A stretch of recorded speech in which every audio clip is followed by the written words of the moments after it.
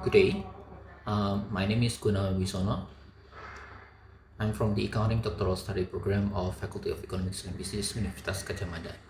And in this video, I would like to present my dissertations titled Cognitive and Affective FOMO, Herding Bias, and Time Pressure, Implications for Investment Decision Making. Before I continue, I would like to thank my promoter, Professor Jugianto, and two of my co-promoters, Professor Sony Warsono and Dr. Sumyana, who has guided me throughout my dissertation journey. Let us begin. This dissertation is anchored in the meme stock episodes, especially GameStop and AMC. These episodes are not only about price spikes, they are about a behavioral environment, intense retail participation and coordination, rapid price escalation and sharp interest bursts, and an information-rich settings with continuous visibility. What makes meme stock markets academically valuable is that they combine extreme visibility with extreme urgency. In other words, people are surrounded by numbers, dashboards, and signals, yet their behavior often look less analytical. That leads directly to the accounting paradox. Here's the paradox. Accounting theory assumes that greater disclosure and comparability improve decision quality. But in meme stock settings, what we see is almost the opposite. Salient visibility coincides with impulsive behavior. Real-time metrics shapes attention rather than logic, and urgency alters the decision process itself. So the accounting question is not only how much information exists, but also how information becomes salient under pressure and how it changes the pathway from fear to action. This is where the dissertation positions accounting information as a part of the decision architecture, not only as neutral input.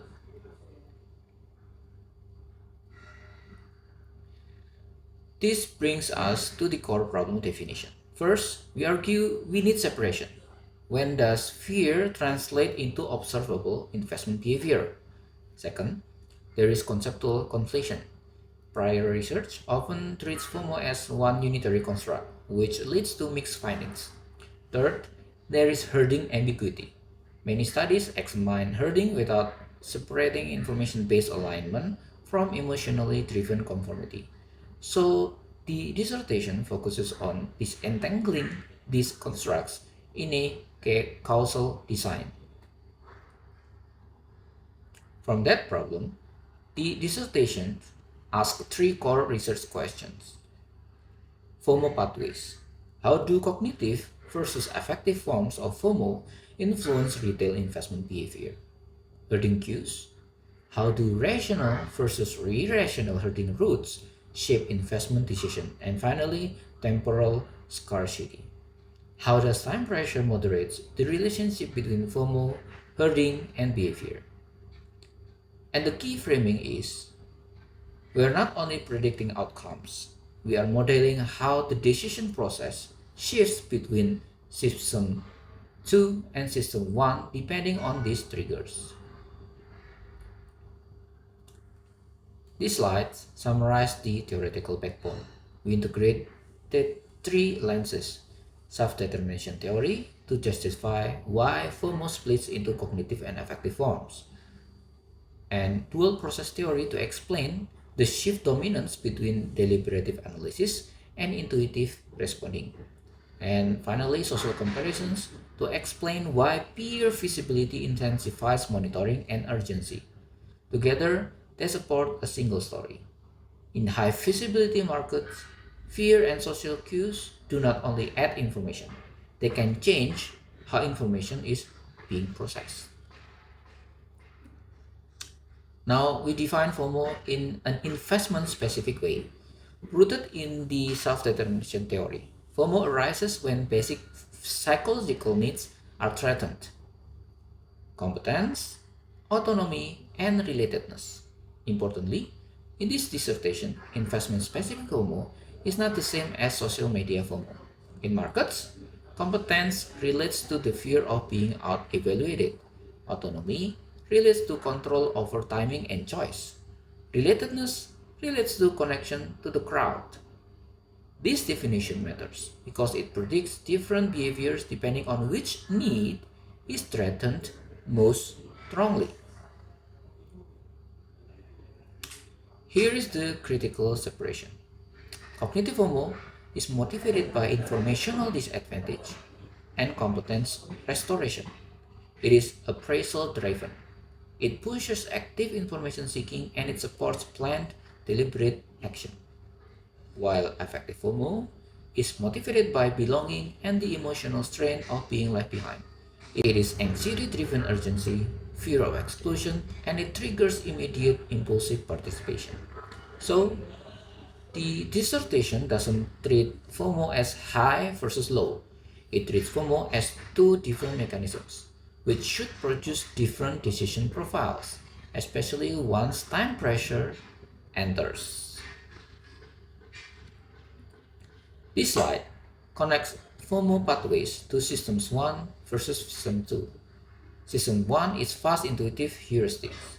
It aligns with the affective FOMO, while Systems 2 is slow, deliberative, and analytic. It aligns with cognitive FOMO.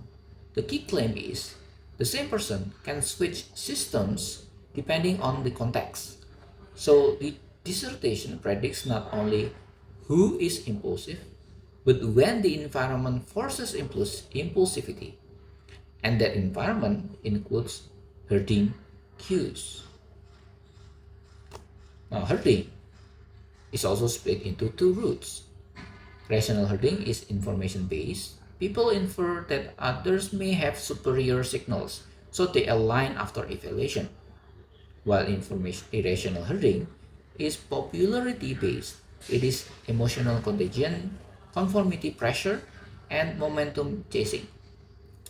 This matters for accounting because rational herding still leaves room for information processing, while irrational herding can override it, especially when attention is captured by visible peer activity. Now, finally, we will introduce the catalyst that pushes the system shift, which is the time pressure. Time pressure is the contextual moderator. Under time scarcity, processing shifts from systems 2 to systems 1. Analytical depth drops, deliberation is compressed, reliance on salient social cues increases, and affective urgency is amplified. So, this dissertation's logic is not that time pressure creates fear out of nowhere. It changes the cost of thinking. It changes which cues dominates. This sets up the integrated model. This is the integrated framework. Three core factors interact to produce strategic versus impulsive decision profiles. FOMO type, which is cognitive, versus affective. Herding roots, which is rational versus irrational. And the context is the presence or absence of time pressure. The model is configuration driven. That means effects are not assumed to be purely additive or monotonic. Instead, the dissertation anticipates that certain combinations will produce extreme behavioral outcomes. That's why the hypothesis structure includes main effects and the interactions. The hypothesis structure is intentionally layered. Hypothesis 1 to Hypothesis 3 tests the main effects of FOMO types, herding roots, and time pressures, while Hypothesis 4 tests the two-way moderation, mainly whether time pressure amplifies or weakens the effects of FOMO and herding. And finally, Hypothesis 5 tests the three-way configuration, predicting the most impulsive and most strategic profiles from the joint combination of all three factors. Now, we will move from theory to design because the goal is causal evidence. This dissertation uses a 2x2x2 between subjects factorial design. Participants were 160 university students with investment knowledge, randomly assigned to 8 experimental cells with a balanced structure of 20 participants per cell. This balance is important for inference because balanced design reduces sensitivity of f-tests under variance differences. The decision task is a simulated investment scenario designed to produce measurable portfolio behaviors. Now these slides summarize what was manipulated and what was measured. Manipulations were delivered using standardized cues, including leaf confederates delivering social pressures to operationalize herding and urgency in a controlled way.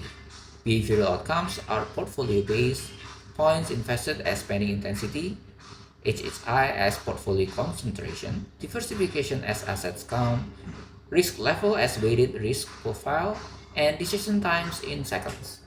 And a key methodological contribution from this dissertation: physiological checks using heart rate and heart rate variability to validate arousal and stress responses, reducing reliance on the self-reports. Now let's move to the results, starting with the main effects. On this slide, we summarize the main effects across all dependent variables. The results are reported as estimated marginal means, with the factorial ANOVA including main effects plus two-way and three-way interactions. First, for hypothesis 1, cognitive versus affective FOMO. Compared to activative FOMO, cognitive FOMO shows a clearly more strategic profile across outcomes. For example, points invested drop from 4,204.54 to 2,781.44. HHI dropped from 0.742 to 0.495. Diversification rises from 2.11 to 3.78, and risk level drops from 3.88 to 2.43. And finally, decision time increases from 12.19 to 24.79 seconds. Now, secondly, for the hypothesis 2, rational versus irrational herding. Rational herding produces more strategic outcomes. For instance, points invested drop from 4,130.21 to 2,855.76. HHI drops from 0.7040 to 0.497. Diversification rises from 2.29 to 3.6. Risk drops from 3.63 to 2.68. Decision times increases from 12.87 to 24.11 seconds. Third, for the hypothesis 3, time pressure. Time pressure produces a strong impulsive shifts. For example, points invested rise from 2,560.83 to 4,425.15. and other follows. Yeah. So the main effects are consistent and strong. Cognitive and rational cues align with deliberation, while time pressure compresses deliberation and pushes impulsivity. Now we will explain the interaction logic behind the hypothesis 4. This slide explains the mechanism behind hypothesis 4 using the systems 1 versus systems 2 shift. Time pressure acts like a catalyst that shifts processing dominance. The key idea is fear translates into action differently depending on time constraint. With time pressure, affective FOMO and irrational herding are amplified, consistent with system 1 dominance. Without time pressure, cognitive FOMO and rational herdings are strengthened, consistent with systems 2 dominance. Empirically, this appears as an amplification pattern. Urgency doesn't invent facts, but it increases their magnitude where the psychological mechanisms already exist. Let's move to the strongest claim in the dissertation, the three-way configuration. This slide summarizes hypothesis 5. Effects are configuration-based, not merely additive or monotonic. This dissertation predicts two extreme profiles: most impulsive profile, affective FOMO plus irrational herding plus time pressure. This combination produces the highest spending, maximum concentration, lowest diversification, highest risk, and shortest decision time. While most strategic profile is from cognitive FOMO plus rational herding plus no time pressure. This is the condition where information-based evaluation is restored and diversification increases. Statistically, the three-way interaction is significant across outcomes, including HHI, point invested, diversification, risk level, and decision time. This is the dissertation's clearest resolution of the paradox. Information-rich environments can still produce poor decision when the configuration forces system 1 dominance. Now we anticipate methodological challenges and respond directly. This slide is our robustness defense. A common challenge is variance dispersion a sign of manipulation failure? Our position is variance reflects behavioral dispersion, not failure, and the balanced design supports ANOVA inference. 3 points. Balanced design with equal cell sizes limits the impact of heteroscedasticity on type 3 inferences, in accordance with Zuhair et al. Physiological convergence supports manipulation stability because physiology, using heart rate and heart rate variation, is less vulnerable to demand characteristics. And finally, we respond to the heteroscedasticity by conducting bootstrap verification using the BCA confidence intervals, confirms direction and significance of behavioral outcomes. Okay, now finally, we will address the second major threat, clustering and dependence. The clustering concern is that zone-based interaction could induce correlation among participants. We attempted a linear mixed model with random intercepts, but it failed to converge due to instability. So the dissertation resolved this with a combined approach. First one is to adhere to a procedural standardization. And the second one, through the convergent physiological evidence, which act as additional verification layer for inferences. So the bottom line is, even with realistic threats to assumptions, the study provides multi-part evidence that the findings are robust and interpretable. Now let's close with contribution and why this is accounting relevant.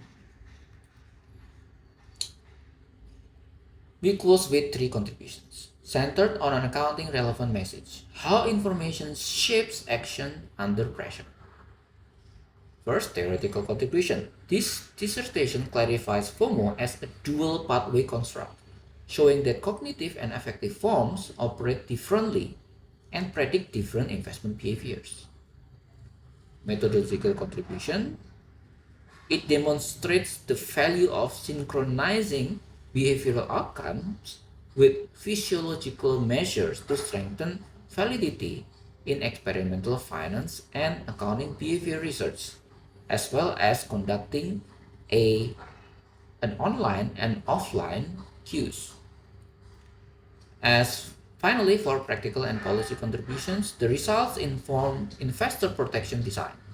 If urgency cues and peer activity indicators amplify effective and irrational routes, platform and regulators can reduce harmful urgency cues and improve point of decision disclosure formats and warning structures.